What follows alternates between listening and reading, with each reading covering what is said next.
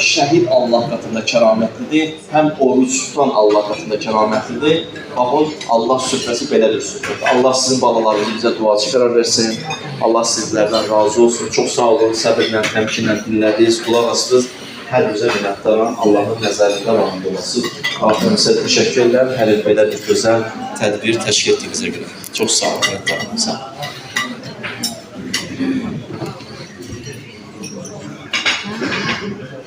Konuşmama vaktim var. Elbette hakikaten de Allah kitabında diyor ki bu ay çok şerafetli ve kerametli bir ay.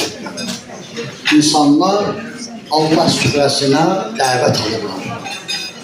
Şimdi mesela biri bir yığıncaq keçirir, 100 tane adam ona davet edir, onun 50'si gelir, 50'si gelmir, 80'i gelir.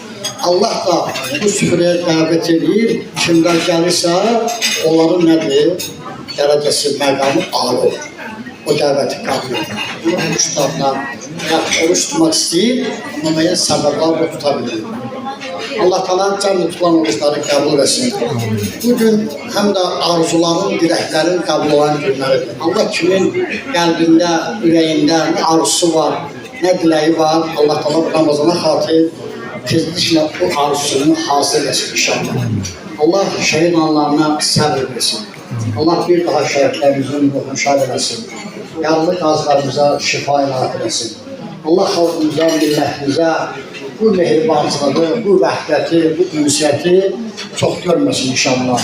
Bugünkü gün əlbəttə sevindirici, çox sevindirici hallardan biri budur ki, xalq və dövlət birliyi var. Allah xalq və dövlət birliyini görməsin. Bunu biz bütün